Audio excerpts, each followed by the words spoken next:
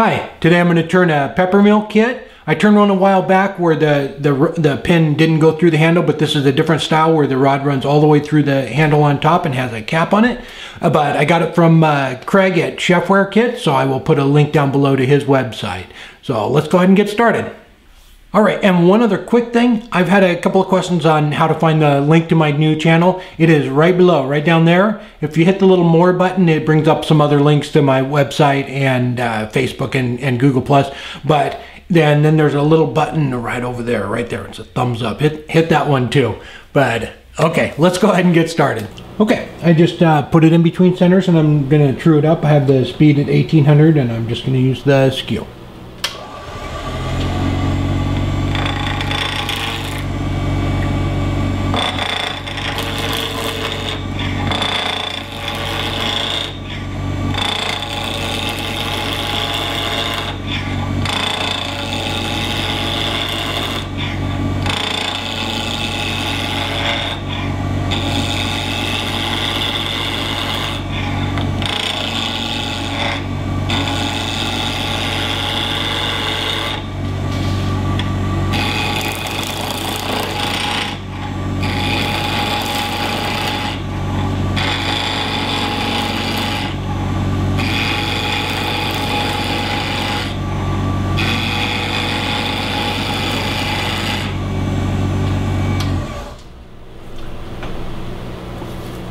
Those are great little shavings. I may take a paper towel and try and save those. Maybe do a little bit of inlay with that or something. Let me see if I can't catch some of them.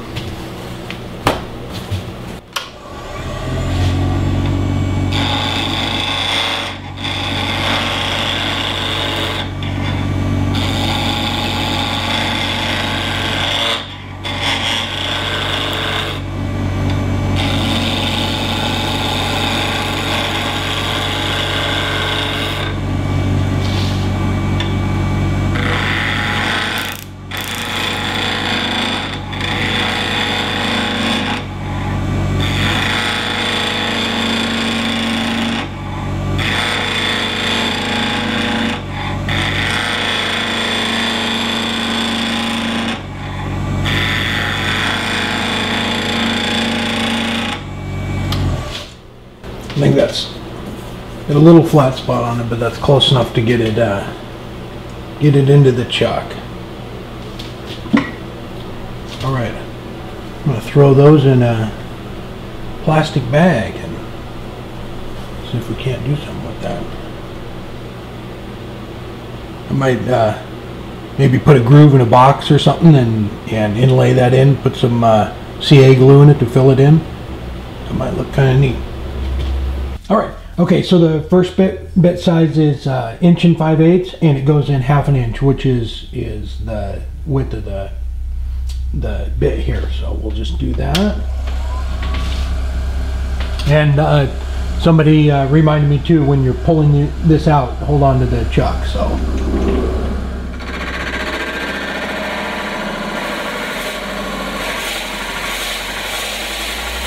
remember to do that.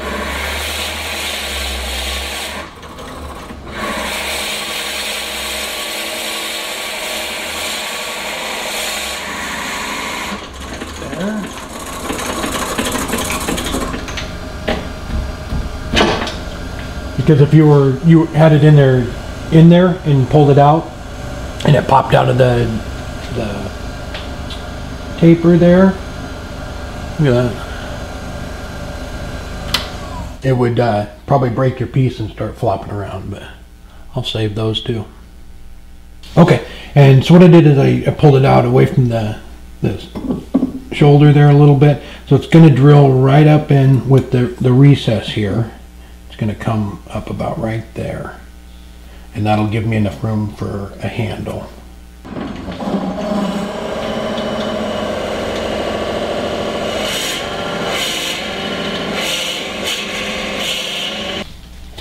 Okay, I changed my mind. When I went in that far, it only came up to about right there, and I don't want the top to be that big. So I put the little extension on it and brought it up to about right there. So that's going to be my top. So I'm just going to find the depth here.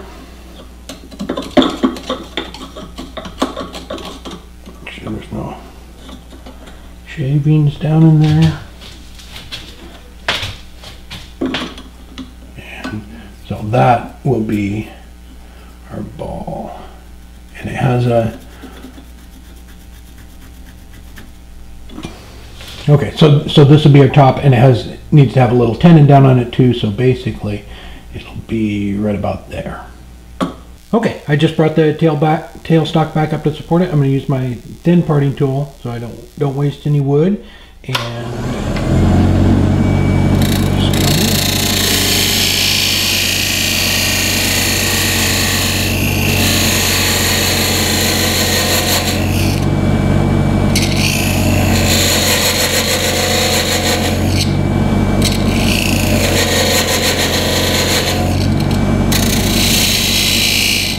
bit of a release cut.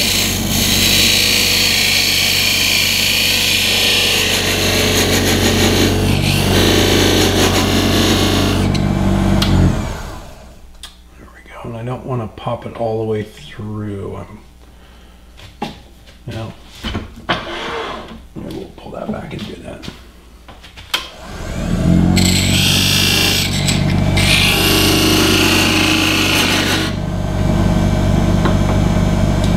Go. Clean that up. Okay, I just made a little cone here. Fit that.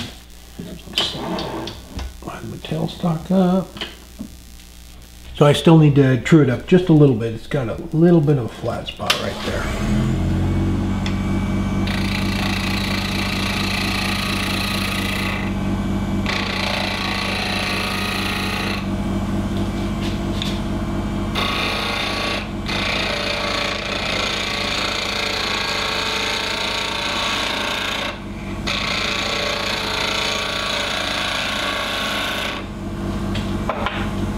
And then I'm going to use my fingernail gouge and shape it.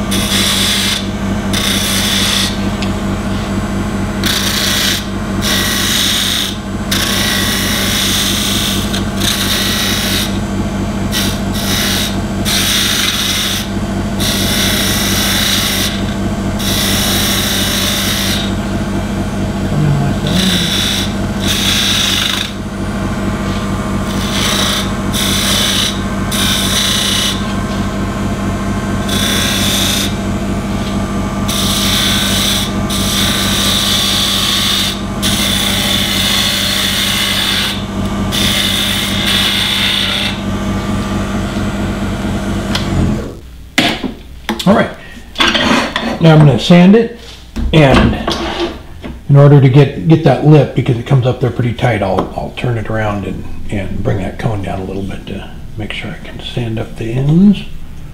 Okay, so I have it all sanded up to 600. I'll just blow it out with the air compressor and then put a finish on it. But let's go ahead and make the top first.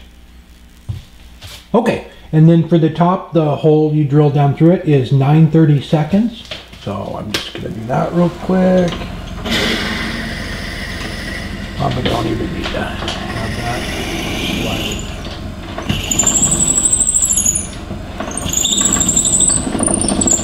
There we go.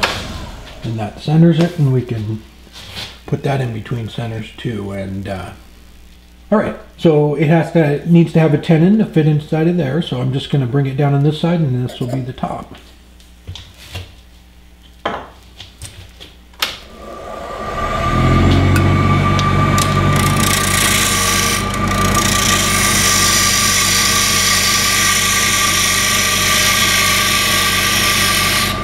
I'm just going to cup it up just a little bit so it sits nice and flat.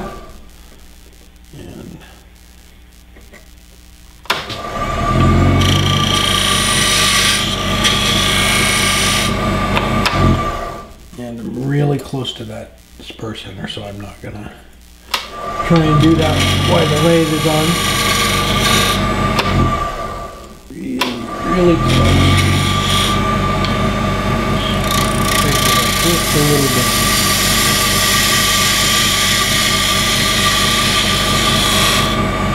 Okay.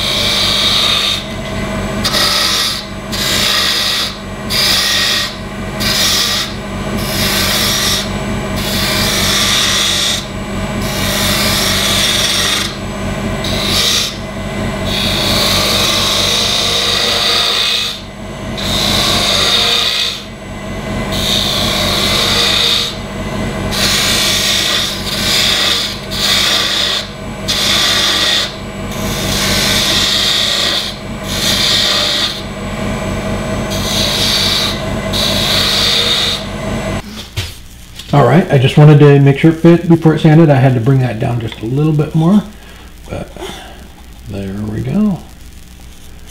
And then we'll just cut that off after I sand it because there's a cap that goes on it.